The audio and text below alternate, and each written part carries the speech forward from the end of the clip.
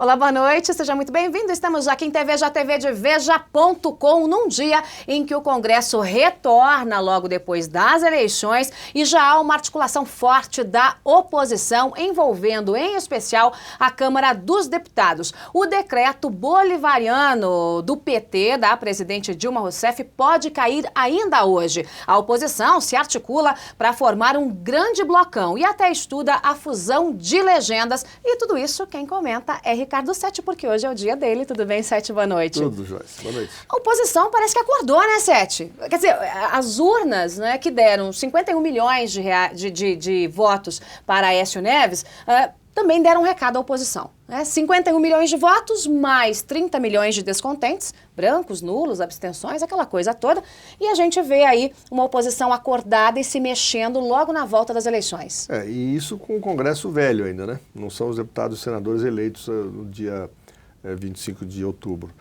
É muito interessante essa formação do bloco, embora seja minoritário, porque a base de aliados do presidente Dilma é bem majoritária na Câmara dos Deputados e no Senado, mas em relação ao decreto bolivariano, que cria essas comissões populares, etc., já havia, mesmo antes das eleições, nas quais, aliás, foi pouco discutido pelos candidatos essa questão, já havia uma grande má vontade, não apenas na oposição, mas sobretudo dentro do PMDB. O PMDB é um partido que é uma coxa de retalhos, etc., mas ele pode ser considerado tudo, se você quiser, menos um partido radical, né? Inclusive tem setores bastante conservadores no PMDB e essa turma não vê com bons olhos esse tipo de iniciativa. Esse decreto que a boa parte das pessoas de bem do país desejam ver revogado, está na alça da mira desse pessoal também. Não apenas a oposição, mas boa parte do contingente de deputados e senadores que apoia a presidente Dilma. É o decreto 8.243 e que na prática, né, acaba aparelhando os conselhos de órgãos e entidades do governo com integrantes de movimentos sociais. Quer dizer, vira uma maluquice isso. O problema disso aí é que cria outras instâncias de decisão e de discussão à margem das instituições, como se as instituições previstas pela Constituição, que foi feita por constituintes eleitos pelo povo, não fossem suficientes, não é? Quer dizer, o PT tem essa mania, desde que criou os orçamentos participativos lá nas prefeituras, quando começou a governar nos anos 70, 80, nos anos 80, de querer acrescentar coisas às instituições. Isso só se faz através de emenda constitucional no Congresso. Não se pode ter instituições paralelas que acabam com o governo petista predominando sobre as instituições que a Constituição criou. Não pode ter isso. Bom, a gente tem aí, ainda nesta toada da oposição, né, que está numa onda, né, a oposição cresceu, apareceu, né, e agora está com um pouquinho de músculos, mas quer ficar quase como o incrível Hulk, né, fazendo uma brincadeira aqui. Não chega tanto, né? Mas claro que há um sangue novo na oposição, sobretudo no Congresso que vai tomar posse em fevereiro, né? E é justamente esse Congresso que vai tomar posse em fevereiro que se articula agora. É isso aí.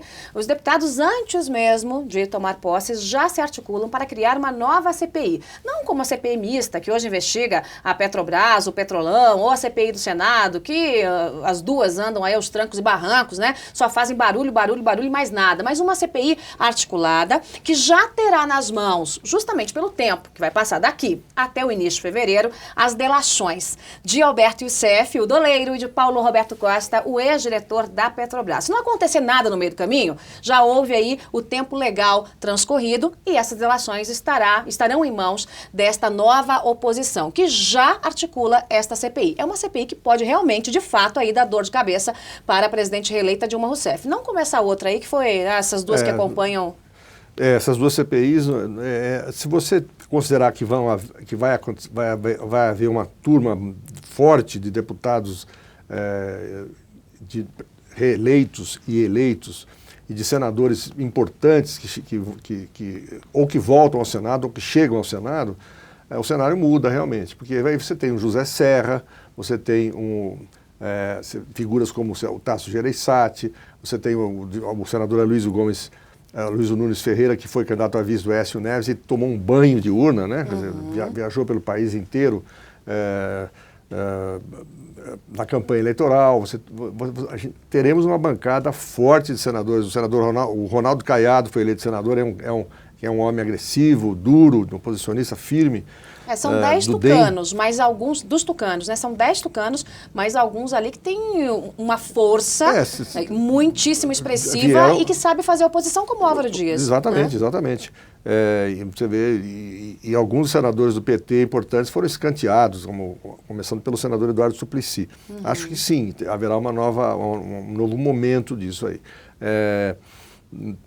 Também me parece que as dificuldades econômicas e as dificuldades de governar da presidente Dilma poderão, de alguma maneira, fornecer subsídios, fortalecer vitamina para a oposição. Porque, veja você, Joyce, agora, hoje mesmo está a presidente correndo atrás do ministro da Fazenda. Já é uma coisa espantosa que a presidente não tenha tido previamente, antes da eleição, um nome em mente, conversado e tudo. Quer dizer, uma presidente dinâmica que quer realmente criar um novo impulso, um novo otimismo na sociedade como ela afirma querer, já teria escolhido o ministro antes e anunciaria hoje o ministro, porque o ministro Manteiga, coitado, é uma boa pessoa, eu entrevistei várias vezes, é um economista que tem conhecimento, é uma pessoa cordata, mas ele vaga como um fantasma pelos corredores do ministério, não é respeitado por ninguém, não é acatado por ninguém. E treme de medo quando a Dilma dá 2, 3 berros. Mas pior do que isso, ele já disse há várias semanas que ele não vai continuar no governo, então ele é um fantasma, ele é um ectoplasma.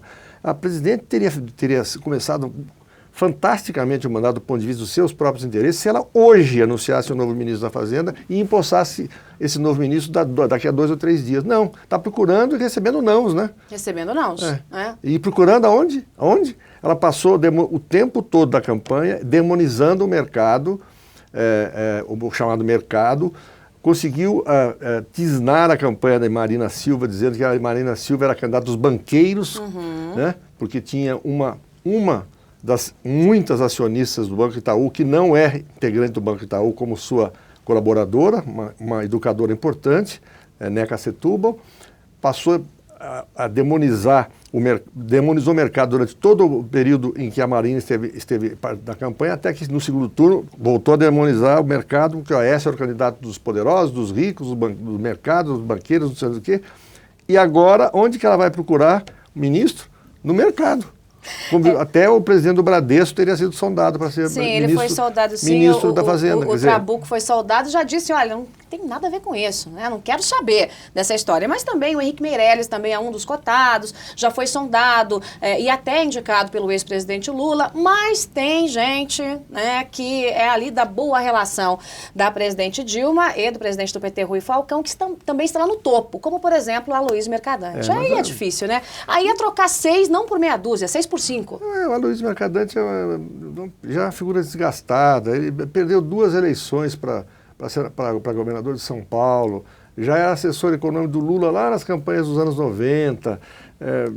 Qual é a ideia fantástica que tem o Aloysio Mercadante para a economia? Qual foi a contribuição que ele deu para o pensamento econômico brasileiro? Qual é a credibilidade que ele tem com os diversos agentes econômicos? É uma coisa que não tem... soa uma coisa velha, uma coisa... Não tem inovação, não tem vigor, não tem surpresa, não tem nada. A presidente precisaria disso. Surpresa, inovação, E alguém que aceite, né, Sete? Porque alguém no mercado com credibilidade, sabendo como a presidente trata as questões econômicas, trata o Banco Central, trata o Ministério da Fazenda, como se fosse ali um bando de baixo escalão, em que ela dá ordem e acabou, não se trata como o primeiro escalão. Até porque ela se acha uma grande economista. Henrique Meirelles, que teve autonomia enquanto esteve com Lula, teve uma situação muito diferente do que a situação do próprio Guido Mantega agora. E do Tom Bini, presidente do Banco Central. E do Tom Bini também, presidente do Banco Central. Então, fica difícil alguém que tenha uma respeitabilidade no mercado e que não tenha a garantia real de que vai ter autonomia aceitar um cargo como esse. Exatamente. O Henrique Meirelles, não sou eu quem dá conselho, muito menos para a presidente Dilma.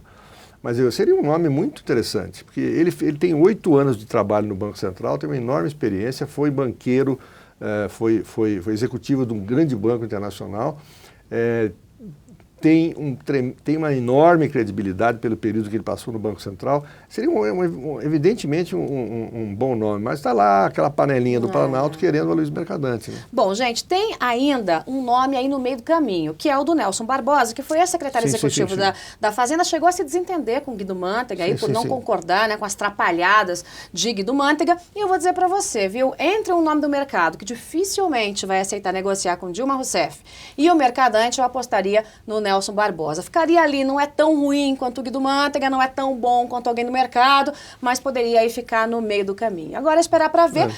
O triste disso é que a presidente reeleita diz que só deve anunciar o tal nome no final deste mês. Aí fica, no final do mês que vem.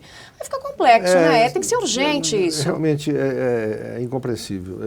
Não é desejo de criticar a presidente Dilma, não é desejo não é má vontade permanente contra o governo, não é nada disso, mas é óbvio, é evidente que um grande gesto seria esse. Imediatamente ter o ministro da Economia novo, imediatamente ter novas medidas.